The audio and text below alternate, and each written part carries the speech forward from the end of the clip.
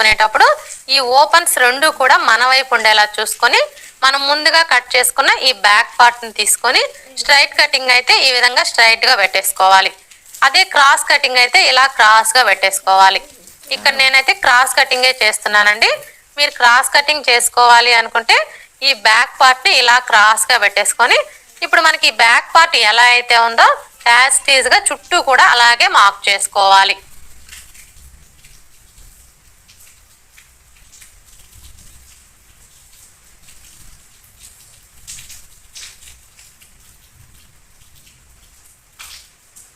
ఇలా డ్రా చేసుకున్న తర్వాత ఇప్పుడు ఇక్కడ చూడండి మనకి చెస్ట్ లూజ్ మార్కింగ్ కనిపిస్తుంది కదా.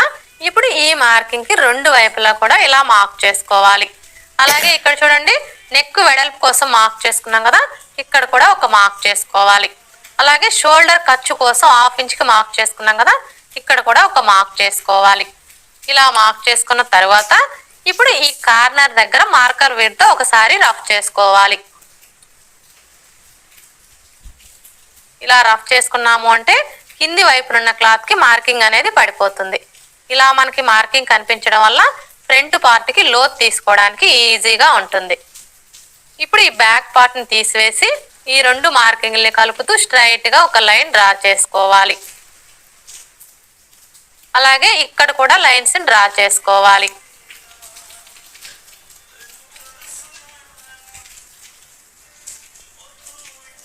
అలాగే ఇక్కడ కూడా ఒక లైన్ డ్రా చేసుకోవాలి. ఇలా డ్రా చేసుకున్న తర్వాత ఇప్పుడు ఈ కార్నర్ కి మధ్యలో ఈ విధంగా ఒక మార్క్ చేసుకొని ఇక్కడ ఒక లైన్ డ్రా చేసుకోవాలి. చెయ్యేది దాంతో తల్లి. ఇలా డ్రా చేసుకున్న తర్వాత ఇప్పుడు ఫ్రంట్ పార్ట్ కి లోత్ తీసుకోవడం కోసం ఏ సైజ్ వారికైనా సరే ఇక్కడ నుంచి టేప్ ని విధంగా పెట్టేసుకొని 1/2 ఇంచ్ కి ఒక మార్క్ చేసుకోవాలి. ఇలా మార్క్ చేసుకొని ఇప్పుడు మనం మార్క్ చేసుకున్న ఈ మార్కింగ్ ని కలుపుతూ ఈ విధంగా ఫ్రంట్ పార్ట్ కి లోతుని డ్రా చేసుకోవాలి. ఇలా డ్రా చేసుకున్న తర్వాత ఇప్పుడు ఇది వచ్చేసి మనకి బ్యాక్ పార్ట్ మార్కింగ్ కదా. ఇప్పుడు ఇందులో మనం ఫ్రంట్ పార్ట్ ని కట్ చేసుకోవాలి అంటే ఏ సైజు వారికైనా సరే ఈ బ్యాక్ పార్ట్ మార్కింగ్ దగ్గర నుంచి ఈ విధంగా 2 ఇంచులు తగ్గించుకొని మార్క్ చేసుకోవాలి. ఇప్పుడు ఇదే 2 ఇంచుల్ని ఇటువైపును కూడా మార్క్ చేసుకోవాలి. ఇలా మార్క్ చేసుకొని స్ట్రైట్ గా ఒక లైన్ డ్రా చేసుకోవాలి. అర్థమైంది కదా. ఇది వచ్చేసి మనకి బ్యాక్ పార్ట్ మార్కింగ్. ఈ బ్యాక్ పార్ట్ మార్కింగ్ దగ్గర నుంచి ఏ సైజు వారికైనా సరే ఈ విధంగా 2 ఇంచులు తగ్గించుకొని ఇందులోనే మనం ఫ్రంట్ పార్ట్ ని మార్క్ చేసుకోవాలి. ఈ 2 ఇంచులు వచ్చేసి షేప్ బెల్ట్ కోసం అన్నమాట. ఇప్పుడైతే ఇందులో మనం ఫ్రంట్ పార్ట్ ఎలా మార్క్ చేసుకోవాలో చూద్దాం. ఫస్ట్ అయితే ఫ్రంట్ నెక్ ని మార్క్ చేసుకోవాలి. ఈ ఫ్రంట్ నెక్ ని మార్క్ చేసుకునేటప్పుడు ఆది బ్లౌజ్ కి ఉక్స్ పట్టి సైడ్ ఉన్న నెక్ ని తీసుకొని ఇక్కడ చూడండి మనకి షోల్డర్ జాయింట్ కనిపిస్తుంది కదా, కరెక్ట్ గా ఈ జాయింట్ దగ్గర ఒక మార్క్ చేసుకోవాలి. ఇలా మార్క్ చేసుకొని ఇక్కడ చూడండి మనం షోల్డర్ ఖర్చు కోసం 1/2 ఇంచ్ కి మార్క్ చేసుకున్నాం కదా. ఇప్పుడు ఈ మార్కింగ్ దగ్గర ఈ మార్కింగ్ వచ్చేలాగా ఈ విధంగా పెట్టేసుకోవాలి. ఇలా పెట్టేసుకొని ఇప్పుడు మరలా ఇక్కడికి వచ్చేసరికి ఈ ఉక్స్ పట్టి వచ్చేసి ఈ మార్కింగ్ కి స్ట్రైట్ గా ఉండేలాగా చూసుకోవాలి. ఇలా పెట్టేసుకున్న తర్వాత ఇప్పుడు ఇక్కడ ఒక మార్క్ చేసుకోవాలి. అలాగే మనం ఇక్కడ నెక్ కు వచ్చేసి థ్రెడ్ పైపింగ్ స్టిచ్ చేయాలన్నా హెమ్మింగ్ పట్టి స్టిచ్ చేయాలన్నా ఖర్చు కావాలి కాబట్టి ఖర్చు కోసం ఒక 1/4 ఇంచ్ ఎక్స్ట్రా మార్క్ చేసుకోవాలి. ఇలా మార్క్ చేసుకున్న తర్వాత ఇప్పుడు మనకి ఇక్కడ ఫ్రంట్ నెక్ పొడవు ఎంత వచ్చిందో ఒకసారి కొలుచుకోవాలి. చూడండి ఫ్రంట్ నెక్ పొడవు వచ్చేసి 6.5 ఇంచులు వచ్చింది. ఇప్పుడు ఇదే 6.5 ఇంచుల్ని ఇక్కడ కూడా మార్క్ చేసుకొని స్ట్రైట్ గా ఒక లైన్ డ్రా చేసుకోవాలి.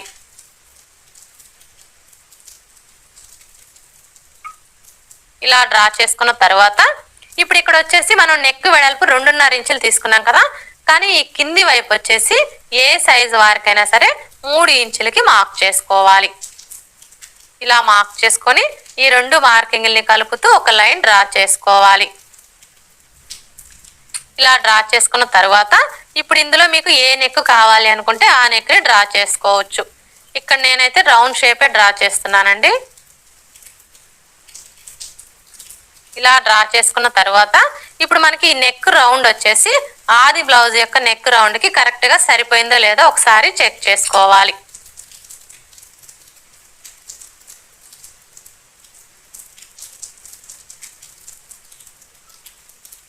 చూసారా, మనకి నెక్ రౌండ్ అయితే కరెక్ట్గా సరిపోయింది. ఇలా చెక్ చేసుకున్న తర్వాత ఇప్పుడు ఉక్స్ పట్టి కాజా పట్టి పొడవుని మార్క్ చేసుకోవాలి. ఈ ఉక్స్ పట్టి కాజా పట్టి పొడవుని మార్క్ చేసుకునేటప్పుడు మనకి ఆది బ్లౌజ్తో పని లేదండి. ఇక్కడ చూడండి, మనం బ్యాక్ పార్ట్ మార్కింగ్ దగ్గర నుంచి 2 ఇంచులు తగ్గించుకొని మార్క్ చేసుకున్నాం కదా. ఇప్పుడు ఈ 2 ఇంచుల మార్కింగ్ దగ్గర నుంచి ఇలా 1 ఇంచి పైకి మార్క్ చేసుకున్నాము అంటే మనకి ఉక్స్ పట్టి కాజా పట్టి పొడవు అనేది కరెక్ట్గా సరిపోతుంది. ఇప్పుడు చంక డౌన్ని మార్క్ చేసుకోవాలి. ఈ చంక డౌన్ని మార్క్ చేసుకునేటప్పుడు ఏ సైజు వారికైనా సరే ఈ 2 ఇంచుల మార్కింగ్ దగ్గర నుంచి ఇలా ఒక 1/2 ఇంచి పైకి మార్క్ చేసుకుంటే సరిపోతుంది. ఇప్పుడు ఫ్రంట్ పార్ట్ పొడవుని మార్క్ చేసుకోవాలి. ఈ ఫ్రంట్ పార్ట్ పొడవుని మార్క్ చేసుకునేటప్పుడు మనకి ఆది బ్లౌజ్తో పని లేదండి. ఏ సైజు వారికైనా సరే ఈ 2 ఇంచుల మార్కింగ్ దగ్గర నుంచి టేప్ని ఏ విధంగా పెట్టేసుకొని 1/2 ఇంచి కిందికి మార్క్ చేసుకుంటే మనకి ఫ్రంట్ పార్ట్ పొడవు అనేది కరెక్ట్గా సరిపోతుంది. ఒకవేళ పెద్ద సైజ్ బ్లౌజ్ అయ్యుండి హెవీ చెస్ట్ ఉందనుకోండి, అలాంటి వాళ్ళకి మాత్రం ఈ 2 ఇంచుల మార్కింగ్ దగ్గర నుంచి 1 ఇంచి కిందికి మార్క్ చేసుకుంటే సరిపోతుంది. ఇప్పుడైతే ఇక్కడ మనం 1/2 ఇంచి కిందికి మార్క్ చేసుకున్నాం కదా, ఈ మార్కింగ్కి స్ట్రైట్గా ఒక లైన్ డ్రా చేసుకోవాలి.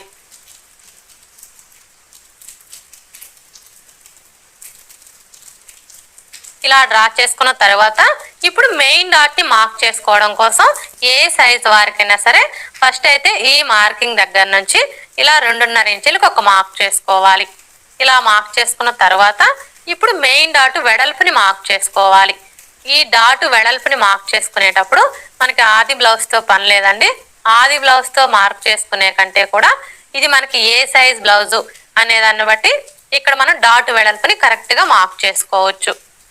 చూడండి, మీ నడుము లూజ్ వచ్చేసి 25 ఇంచుల కంటే తక్కువ ఉందనుకోండి, అలాంటప్పుడు ఇక్కడ మనం డాట్ వెడల్పు వచ్చేసి 2 ఇంచులు తీసుకుంటే సరిపోతుంది.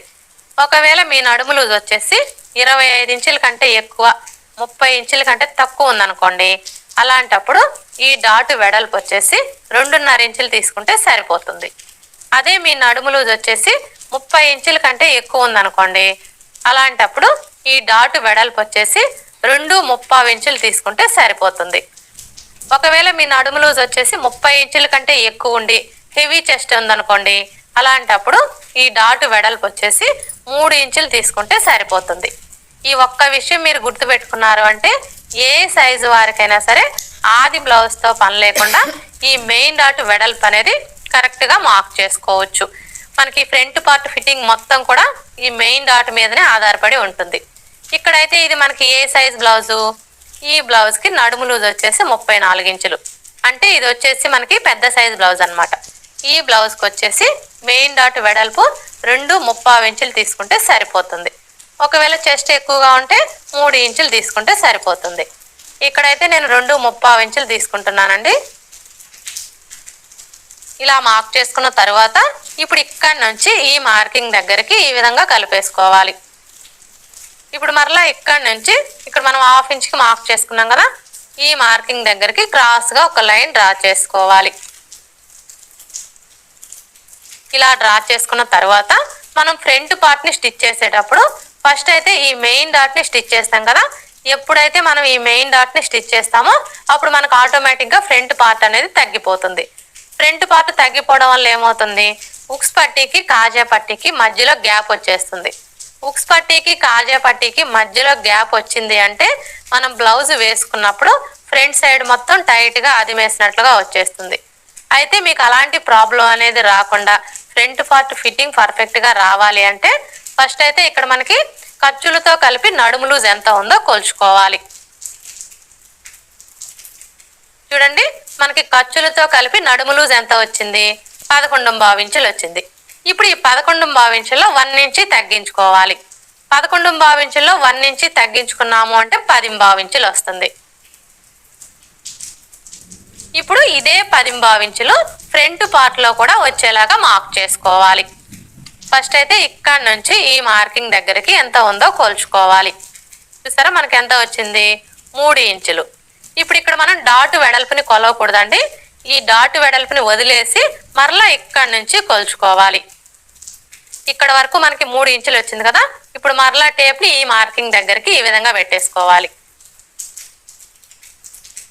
ఇలా పెట్టేసుకొని మనకి 10 ఇంచులు ఎక్కడికైతే వస్తుందో కరెక్ట్గా అక్కడికి మార్క్ చేసుకోవాలి. ఇలా మార్క్ చేసుకున్నాము అంటే మనకి ఉక్స్ పట్టీకి కాజా పట్టీకి మధ్యలో గ్యాప్ అనేది రాకుండా ఉంటుంది. ఇలా మార్క్ చేసుకున్న తర్వాత ఇప్పుడు ఇక్కడ నుంచి ఈ మార్కింగ్ దగ్గరికి క్రాస్గా ఒక లైన్ డ్రా చేసుకోవాలి. ఇలా డ్రా చేసుకున్న తర్వాత ఇప్పుడు మనకి ఇటు సైడ్ వచ్చేసి ఉక్స్ పట్టీ కాజా పట్టీ వస్తుంది కదా. ఇప్పుడు ఈ ఉక్స్ పట్టీ కాజా పట్టీ ఖర్చు కోసం 1/2 ఇంచు ఎక్స్ట్రా మార్క్ చేసుకోవాలి. ఇలా మార్క్ చేసుకున్న తర్వాత ఇప్పుడు ఈ నెక్ దగ్గర నుంచి ఈ మార్కింగ్ దగ్గరికి ఈ విధంగా క్రాస్గా ఒక లైన్ డ్రా చేసుకోవాలి. ఇప్పుడు మనం మార్క్ చేసుకున్న విధంగా కట్ చేసుకోవాలి.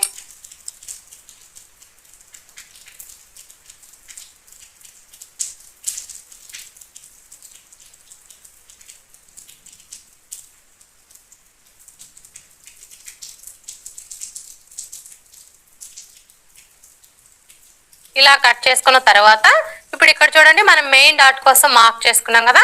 ఈ మార్కింగ్స్ దగ్గర టక్స్ పెట్టుకోవాలి. ఇలా టక్స్ పెట్టుకున్న తర్వాత ఇప్పుడు ఈ టక్స్ రెండు కూడా ఇలా ఒకే చోటికి వచ్చేలాగా ఫోల్డ్ చేసుకొని ఈ విధంగా ఒకసారి రఫ్ చేసుకోవాలి. ఇలా రఫ్ చేసుకోవడం వల్ల ఇక్కడ చూడండి మనకి ఫోల్డింగ్ లాగా కనిపిస్తుంది కదా. ఇప్పుడు ఈ ఫోల్డింగ్ మీదనే ఒక లైన్ డ్రా చేసుకోవాలి. ఇలా డ్రా చేసుకున్న తర్వాత ఇప్పుడు ఈ డాట్ పొడవుని మార్క్ చేసుకోవాలి. ఈ డాట్ పొడవు వచ్చేసి ఏ సైజు వారికైనా సరే 2.5 ఇంచులకి మార్క్ చేసుకుంటే సరిపోతుంది. ఒకవేళ మీ బ్లౌజ్ పొడవు వచ్చేసి 15 ఇంచుల కంటే ఎక్కువ ఉందనుకోండి, అలాంటప్పుడు ఈ డాట్ పొడవు వచ్చేసి 3 ఇంచులకి మార్క్ చేసుకుంటే సరిపోతుంది.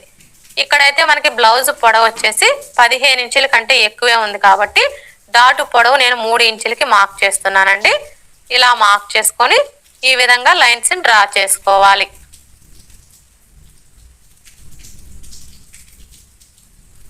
మెయిన్ డాట్ ని మార్క్ చేసుకున్నాం కదా. ఇప్పుడు రెండవ డాట్ ని మార్క్ చేసుకోవాలి. ఈ రెండవ డాట్ ని మార్క్ చేసుకునేటప్పుడు ఫస్ట్ అయితే ఏ సైజు వారికైనా సరే ఈ నెక్ దగ్గర నుంచి టేప్ ని ఈ విధంగా పెట్టేసుకొని 1/2 ఇంచుకి ఒక మార్క్ చేసుకోవాలి. ఇలా మార్క్ చేసుకున్న తర్వాత ఇప్పుడు ఈ మార్కింగ్ దగ్గర నుంచి ఈ చివరి వరకు ఎంత ఉందో కోల్చుకోవాలి. 5.5 ఇంచులు. ఇప్పుడు ఈ 5.5 ఇంచుల్లో సగానికి ఒక మార్క్ చేసుకోవాలి. 5.5 ఇంచుల్లో సగం అంటే టేప్ని 5.5 ఇంచుల దగ్గరికి ఫోల్డ్ చేసుకున్నాము అంటే మనకు కరెక్ట్గా 5.5 ఇంచుల్లో సగం వస్తుంది. ఇలా మార్క్ చేసుకొని ఈ మార్కింగ్కి స్ట్రైట్గా ఒక లైన్ డ్రా చేసుకోవాలి. ఇలా డ్రా చేసుకొని ఇక్కడ ఒక టక్స్ పెట్టుకోవాలి రెండవ డాట్ కోసం. ఇప్పుడు ఈ డాట్ పొడవుని మార్క్ చేసుకోవాలి. ఈ డాట్ పొడవు వచ్చేసి ఏ సైజు వారికైనా సరే 2.5 ఇంచులకి మార్క్ చేసుకుంటే సరిపోతుంది. ఇలా మార్క్ చేసుకున్న తర్వాత ఇప్పుడు మూడవ డాట్ ని మార్క్ చేసుకోవాలి. ఈ మూడవ డాట్ ని మార్క్ చేసుకునే ముందు ఇక్కడ చూడండి మనం మెయిన్ డాట్ ని మార్క్ చేసుకున్నాం కదా. ఈ మార్కింగ్ దగ్గర మార్కర్ వీల్తో ఒకసారి రఫ్ చేసుకోవాలి. ఇలా రఫ్ చేసుకోవడం వల్ల మనకి కింది వైపునున్న క్లాత్ కి మార్కింగ్ అనేది పడిపోతుంది. ఇప్పుడు ఇక్కడ చూడండి మనకి మార్కింగ్ కనిపిస్తుంది కదా. కరెక్ట్ గా ఈ మార్కింగ్ దగ్గర నుంచి క్లాత్ ని ఇలా చంక రౌండ్ వైపుకి ఫోల్డ్ చేసుకోవాలి. మనం క్లాత్ ని ఇలా ఫోల్డ్ చేసుకున్నప్పుడు ఈ చివరన ఎడ్జెస్ ఎక్కడికైతే సమానంగా వస్తాయో కరెక్ట్ గా అక్కడికి ఫోల్డ్ చేసుకొని ఈ ఫోల్డింగ్ దగ్గర ఒక టక్స్ పెట్టుకోవాలి. ఇప్పుడు ఇక్కడ చూడండి మనకి ఫోల్డింగ్ కనిపిస్తుంది కదా. ఈ ఫోల్డింగ్ దగ్గర నుంచి 1/2 ఇంచు యువతలకి మార్క్ చేసుకోవాలి. ఇలా మార్క్ చేసుకొని ఇప్పుడు ఈ టక్స్ దగ్గర నుంచి ఈ మార్కింగ్ దగ్గరికి ఒక లైన్ డ్రా చేసుకోవాలి. ఇలా డ్రా చేసుకున్న తర్వాత ఇప్పుడు మూడవ డాట్ పొడవుని మార్క్ చేసుకోవాలి. ఈ డాట్ పొడవు వచ్చేసి ఏ సైజు వారికైనా సరే 3.5 ఇంచులకి మార్క్ చేసుకుంటే సరిపోతుంది. ఇలా మార్క్ చేసుకున్న తర్వాత ఇప్పుడు మనం మార్క్ చేసుకున్న ఈ మార్కింగ్స్ దగ్గర మార్కర్ వీల్తో ఒకసారి రఫ్ చేసుకోవాలి.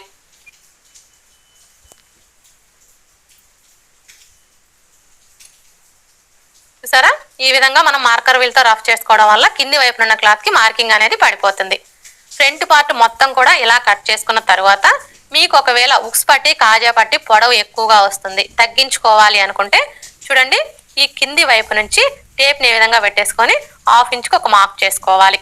ఇలా మార్క్ చేసుకున్న తర్వాత ఇప్పుడు ఇక్కడ నుంచి ఈ టక్స్ దగ్గరికి ఈ విధంగా కలిపేసుకోవాలి. ఇప్పుడు మనం మార్క్ చేసుకున్న ఈ మార్కింగ్ మీదనే కట్ చేసుకోవాలి. అర్థమైంది కదా. ఫ్రంట్ పార్ట్ మొత్తం కూడా కట్ చేసుకున్న తర్వాత మీకు ఒకవేళ ఉక్స్ పట్టి కాజా పట్టి పొడవు ఎక్కువగా వస్తుంది, తగ్గించుకోవాలి